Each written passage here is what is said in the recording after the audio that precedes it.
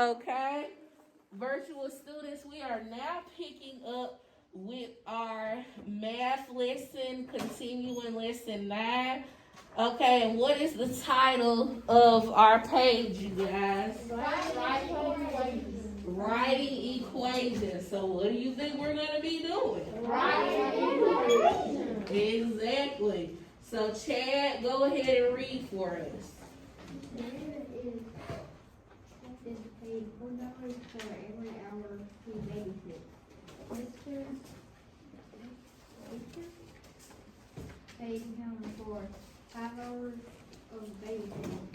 On the way home, Garrett spent $9 on a book and $6 on a puzzle. How much money did Garrett have left from the money he received from Mr. Becker?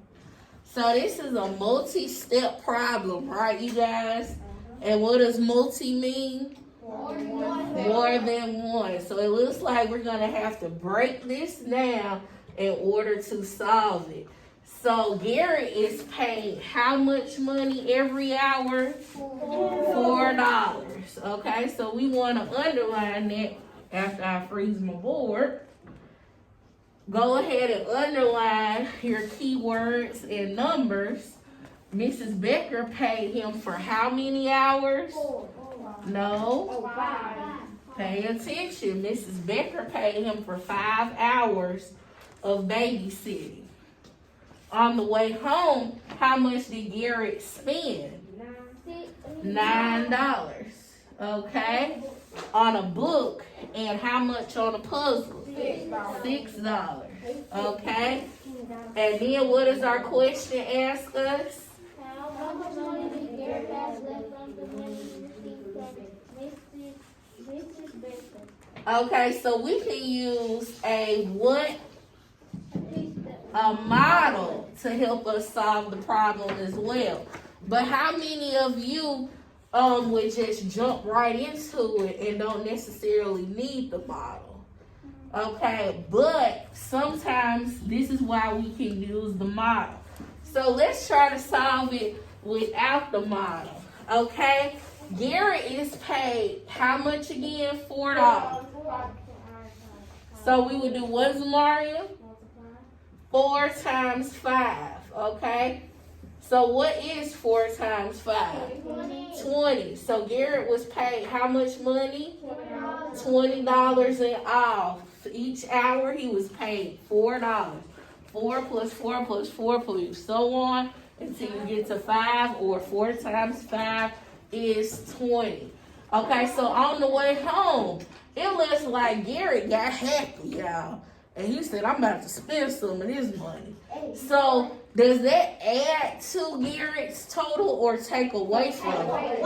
It takes away from his total. So on this other side, now I'm going to start taking away, right?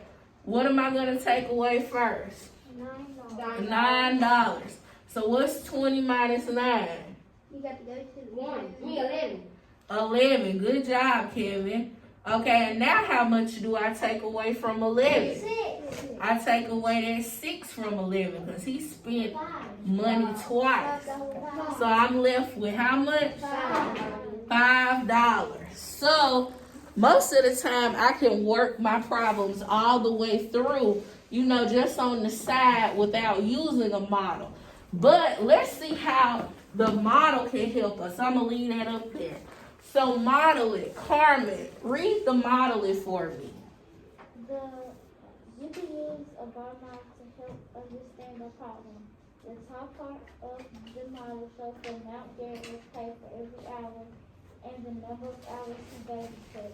The bottom part of the model shows the total amount he spent. You do not know how much money he has left. Okay, but we do, because we worked ahead, right? Yep, we know how much you got left. Okay, but let's break down what they said about the model. The top part of the model shows what? How much he was paid for doing what again? For babysitting. So the top part shows how much he was paid. And what does the bottom part show? how much he spent. He got, oh, my boy Gary got happy. He said, I need to spend some of this money.